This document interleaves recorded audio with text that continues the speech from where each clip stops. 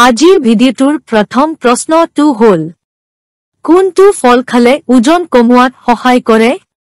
আপোনাৰ বাবে বিকল্পবোৰ হ'ল আমলখি, জাম, কল, লিচি।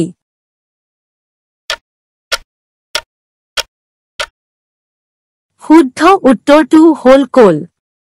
প্ৰশ্ন নম্বৰ 2। নিয়মীয়া সদায় মাকৈ বা গিমধন খালে কোনটো গুৰুতৰ ৰোগ হয়?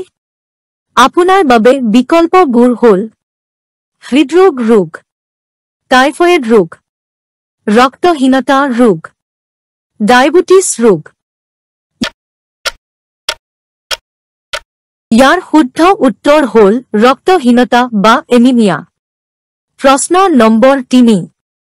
কোনটো জন্তুৱে আইনাত চাবলৈ ভয় কৰে? আপোনাৰ বাবে বিকল্পবোৰ হ'ল ভালুক, গাহৰি, কুকুৰ, মেকুৰী। শুদ্ধ উত্তৰটো হ'ল গাহৰি। ভিডিঅ'টোৰ শেষৰ প্ৰশ্ন। কোনটো মাছ খালে শুক্ৰাণু আৰু শৰীৰৰ শক্তি বৃদ্ধি পায়?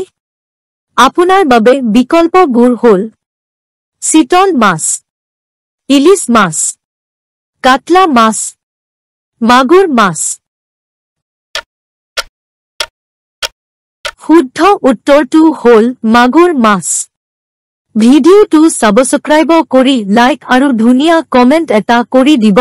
জয় আই অসম।